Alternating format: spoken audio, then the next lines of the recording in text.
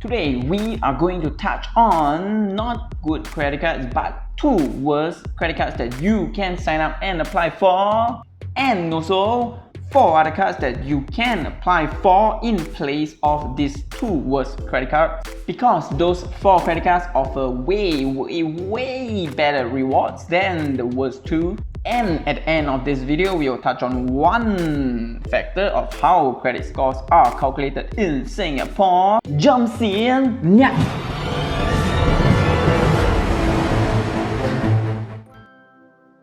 Hello, Calebby here. How are you guys doing? Hope you are well and healthy. Some people say that we are in the worst period to be alive, that we are in the worst situation currently with the virus, with the markets crashing, with the lockdown, restriction to freedom, to movement. Millennials, I'm also a millennial, so we complain about having to go through social distancing, seeing the death toll rises in many different places, and also sadly as more and more people are getting tested to be infected. That is why today we are not going happy rainbowy. In this video we are going into the 2 worst credit cards. These 2 credit cards, which I find are lousy credit cards, these are all based on my opinion, on my own spending habit, not financial advice. Totally not. So I could be wrong. Let me know in the comments below if I'm wrong so that we can learn together. Then, hoping my research are done correctly, we'll move on with the first one. CIMB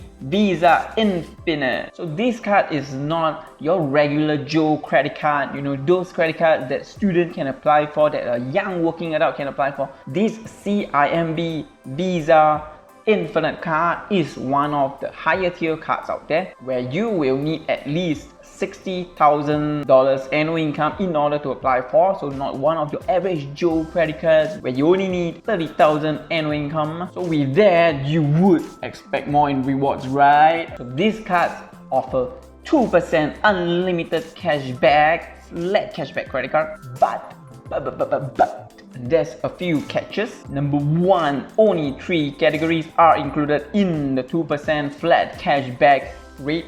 These 3 categories are travel, overseas spend, and online spending in foreign currency, 2 of which are in a very bad situation right now as people stop traveling as much. It could be a good or better card in the future, but right now not as good because only 3 of these categories could get the 2% flat cashback, and out of these 3, 2 of them are not feasible right now. Number 2, the next catch for this CIMB Visa Infinite card is minimum spend of $2,000 per month, of course, not per day. How can anybody spend $2,000 a day? Some people do, but we average Joe, we don't spend $2,000 a day, or maybe we don't even spend $2,000 a month. Now, probably someone making $60,000 would get back $48,000 in his pocket after minusing off just CPF, the contributions to your retirement, the enforced contribution to our retirement for every Singaporean, which would mean an income of about $4,000 a month. So not counting taxes, rents, or mortgage payment, you will need to charge half of your income into this single credit card in order to earn that 2% cashback. Otherwise, it would just be a 1% flat cashback credit card. With just 1% flat cashback, this is a bad card.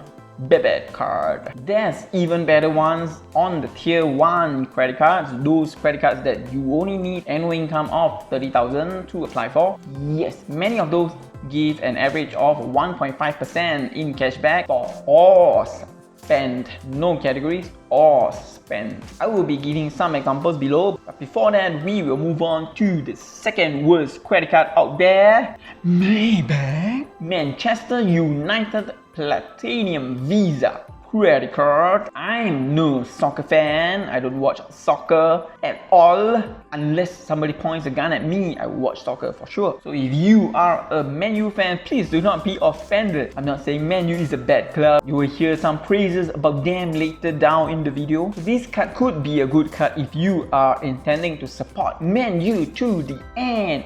Man U forever. Man U forever. Man U forever. Man U forever. If offers 3% cashback or rebates if Man U wins the EPL, the Premier League, English Premier League. So again, not a soccer fan, no soccer fan. But I did my homework and checked out the Premier League homepage, their website, to find out how many times did Man U win the Premier League. And what I found, if you are not a soccer fan as well, is that since inception from 1992 to today, or actually last year, 2019, there has been 27 seasons, which is one season every year, just like Singapore. Just like our nation of Singapore, we don't have 4 seasons, we have 1 season every single year, year in and year out. Consistency is what we have in our weather, or rather actually some would say there's rain and scorching sun, so there's 2.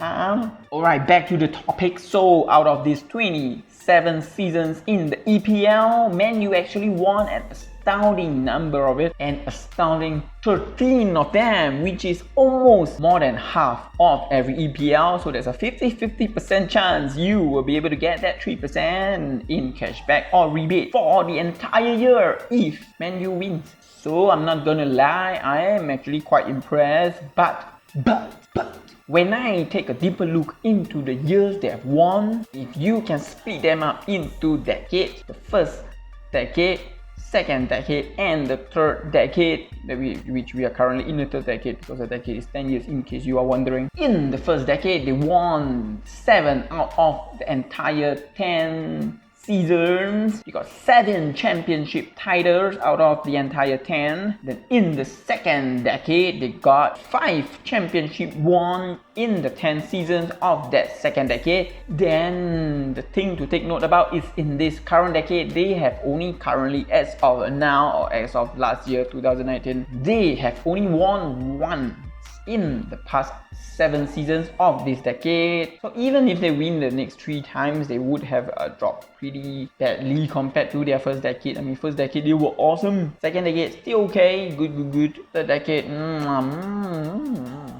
So if, like me, you are not a soccer fan and just looking for a good cashback credit card, a good flat cashback credit card, this card could be for you only if they win. So you might as well wait for the EPL to pass through. If they won, get the card for the 3% cashback for the entire year. If not, it's a bad card, because if they don't win, it's just 1% flat cashback credit card, which is a very bad, you know. Since the average market flat cashback credit card out there is 1.5%, 1% is bad. Totally not rewarding at all. So now I'm going to move on to 4 examples of a pretty decent or good flat cashback credit cards that you might want to consider getting or signing up for instead of those 2 worst ones that I've mentioned earlier. Number 1, Maybank FC Football Club, Barcelona Visa Signature, another football club card, but this does not tag along to whether or not they win any leagues or any season or anything. It is just a 1.6% flat cashback credit card on all spending, and they have no minimum spend. So you can get a lot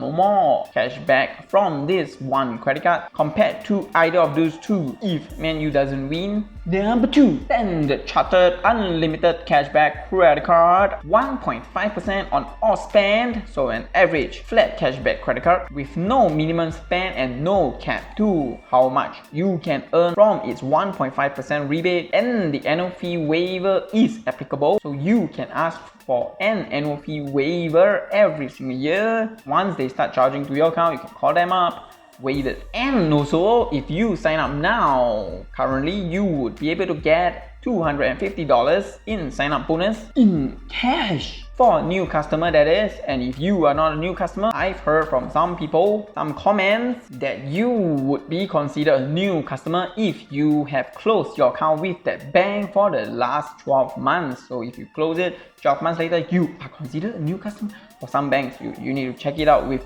whatever bank you're applying for. Third one will be American Express Amex True Cashback Credit Card. A very pretty card, I might say. White with a tin of yellowish gold, 1.5% cashback on all spend, 1% additional cashback on all foreign currency transactions, and then for the first 6 months, you will get 3% cashback if you charge a total of $5,000 to this one card. Remember, the first worst credit card, you will need to charge $2,000 every single month. This one, $5,000 for 6 months, which is just $833.33 per month to get that bonus cashback of up to 3% for the first 6 months. 3% flat cashback is way better than the first two worst credit cards, don't you agree? And same, it has no minimum spend required for just the 1.5% for the usual 1.5% cashback. And then also there's no cap to the cashback amount. And surprisingly, similarly, it also has available annual fee waiverability. So you could also call them and see if you can get an annual fee waived every single year. And then now we have the fourth one, the last of my recommended flat cashback credit cards out there, HSBC Advanced credit card. If you are able to spend $2,000 every single month to your credit card, this credit card would get you up to 2.5% in cashback on all spend if you are able to spend $2,000 every single month. If not, it would be a 1.5% cashback credit card, which is still better than the worst two. But if you spend over $2,000, it's 2.5%. But this one has a cap. The cap is $70 a month. So $70 a month if you multiply it by the cashback earned, which means that you shouldn't spend more than $2,800 into this card at any given month. If you are, then better use other cards that has no cap to their cashback rewards. So this 2.5% is a good card, but there's this limiting factor, which is the $70 in cashback max that you can get. Otherwise, if you're not spending more than $2,800 every single month, then this would be a good card for you. So alright, we are done with the cards. In our last credit cards series of videos, we have touched on 2 credit score calculations factor in Singapore. Today we are going to touch on one more of them. Previously we have touched on utilization pattern and inquiry activity. Today we will explain a little bit more on recent credit. So this is similar sounding to inquiry activity and overlaps a little into utilization pattern. So when we apply for a new credit card or a credit facility, the banks would send in your application to credit bureau, who would then mark us down for applying for or booking a new credit facility. Now this is to ensure that we do not overbook, get a ton of credit laid onto us which we might not be able to pay for, and then splurging and running away after that, or declaring a bankrupt. You know, once you declare a bankrupt, the banks can still get back some of their money, not all, but they can still get back a portion of their money over time at low or negligible interest rate. For you it could be good, but for them it's bad business, because this money they could have loaned out to other businesses or other individuals at a higher interest rate. So how to avoid that? Apply for credit cards and credit lines in moderation. So maybe once a year, twice a year, you know, moderation. Moderate how many you apply in every single year. So with that, we've come to the end of the video. Hope you like this video. If you do help to smash the YouTube algorithm for the like button. Smash it. And remember, feel free to drop in the comments any questions, feedback, clarifications you might need. And if you are new to this channel, you can always check out all our videos. We talk about personal finance, investing. Currently, we are still on a credit card series. We would talk more about investing in our next video. So if you're new to this channel, feel free to follow us down below by subscribing and turn on the bell notification, so once we post any new videos you will be notified. So thank you for watching, thank you for liking, thank you for following. Hope you stay safe and healthy. See you guys next time.